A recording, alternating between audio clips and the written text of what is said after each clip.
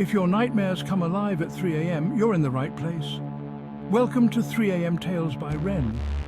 Are you ready to face your deepest fears? Then join us, if you dare. Jacob's parents had to go away on a business trip, leaving their son alone in their ancestral home, a grand but eerie mansion that had stood for generations. Knowing the house's reputation, they called Ellie to stay with Jacob, to keep him company and perhaps to ward off the loneliness and the lurking ghosts. You see, this house was no ordinary dwelling. It had been in Jacob's family for 4 generations, since the time of his great-great-grandfather. The family knew every soul who had ever lived and died there, even the maids who had served Jacob's ancestors. The spirits of these long-departed souls still roamed the halls, a fact that Jacob's family accepted as part of their heritage. Though Jacob had told Ellie of these hauntings, Ellie never quite believed him. Yet he couldn't shake the feeling of unease as he stepped into the old house. The day passed without incident. The boys played video games, listened to music and watched movies, filling the house with the sound of their laughter. As the sun set and darkness enveloped the mansion, the air grew thick with anticipation. Little did they know the night would bring more than just the chill of the evening breeze. As they sat outside, talking and gazing at the stars, Ellie suddenly smelled a strong, sweet scent of flowers. "Wow, that smells good," he remarked, breathing in deeply. But Jacob's face turned pale. "We need to go inside," he said urgently. "There are no flowers like that around here." The boys hurried back into the house, the sweet scent lingering like a warning. Inside they sat at the long old dining table. It was said to be older than the house itself, a relic of their great-great-grandfather's time. Ellie, trying to shake off the unsettling feeling, asked Jacob about the smell. Before Jacob could explain, Ellie felt a cold, heavy weight on his right shoulder, as if a hand had been placed there. "Relax and ignore it," Jacob advised. "It will go away if you just ignore them." But Ellie's curiosity got the better of him. He quickly grabbed his phone and snapped a selfie. To his horror, the photo showed a blurry figure with a hand resting on his shoulder as if caught in the act of fleeing. Jacob looked at the picture and said, "Delete it right now. I told you to ignore it and they won't bother us."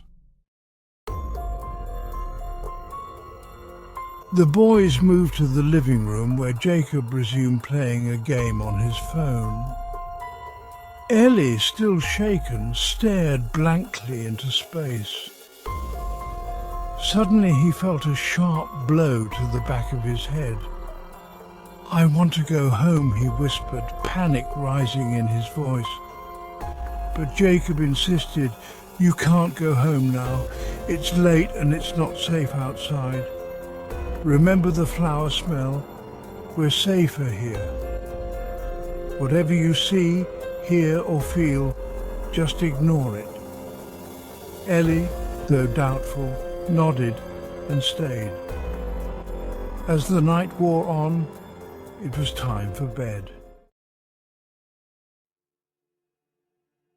Jacob led Ellie upstairs to the bedrooms. He first showed him a small room. "This used to be my bedroom," Jacob explained, "but no one sleeps here anymore." The room felt heavy with a palpable sense of dread. Ellie asked why, and Jacob replied, "Anyone who sleeps here wakes up in the middle of the night feeling like someone is sitting on their chest, making it hard to breathe. First it happened to me, then to my older brother, and then my sister. Now it's just an empty room." Ellie felt a shiver run down his spine. "Are you sure we're safe here?" he asked. Jacob nodded. "Just remember, ignore them and they'll leave you alone. It's okay to be scared, but don't let them see it." Jacob then showed Ellie his parents' room before leading him to his own bedroom.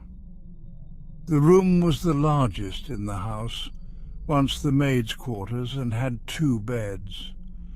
An old ornate mirror hung on the wall, reflecting the room in a distorted, eerie way.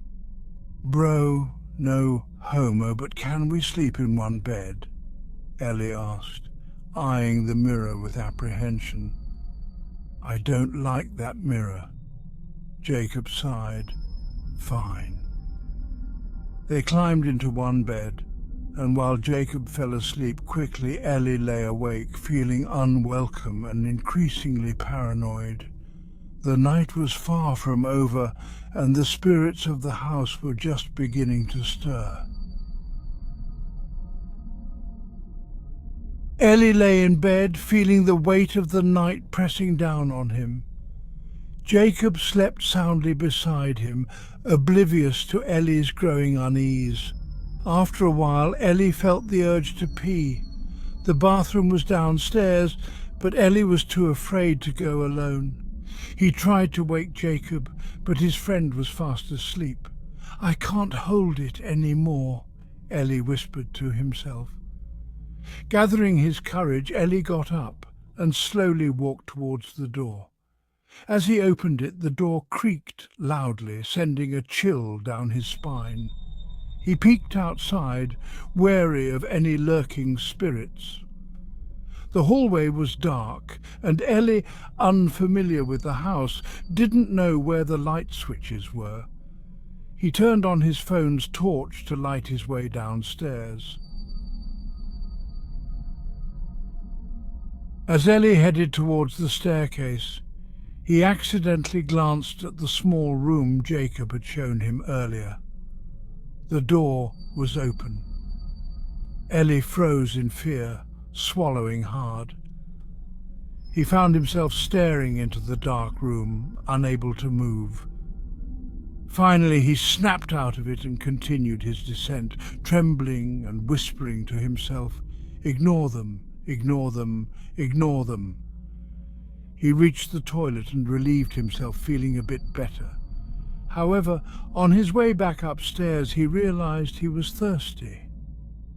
Summoning all his courage, he headed to the kitchen. As he walked past the old dining table, he felt a wave of terror. He repeated his mantra, "Ignore them, ignore them," as he moved slowly past the table.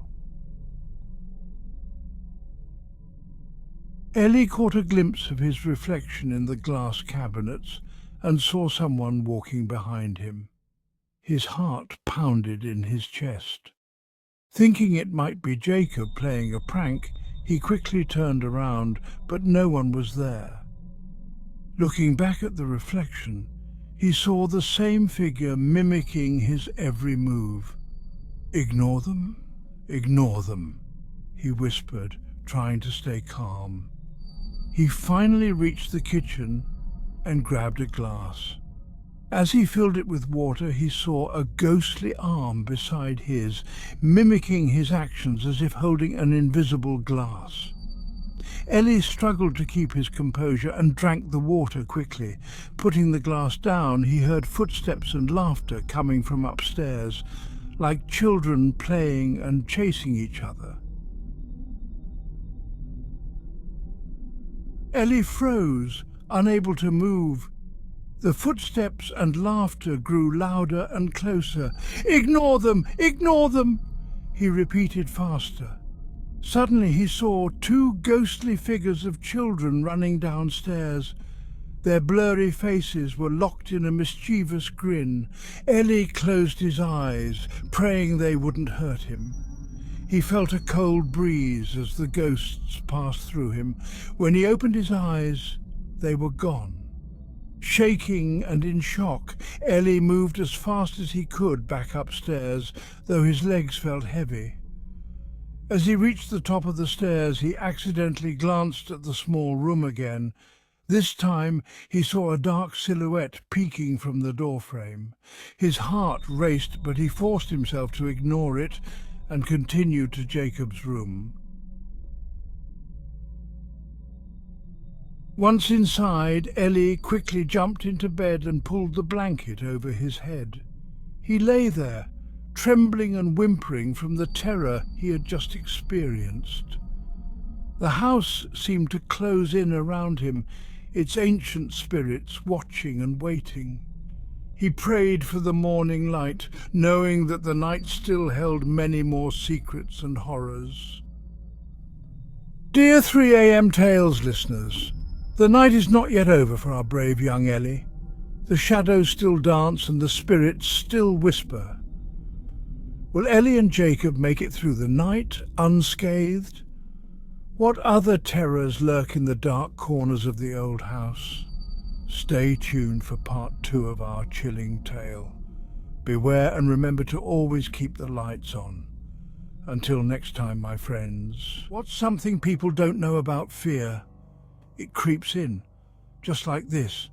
When the clock strikes 3 and shadows grow thick, remember, the real horror begins. Good night.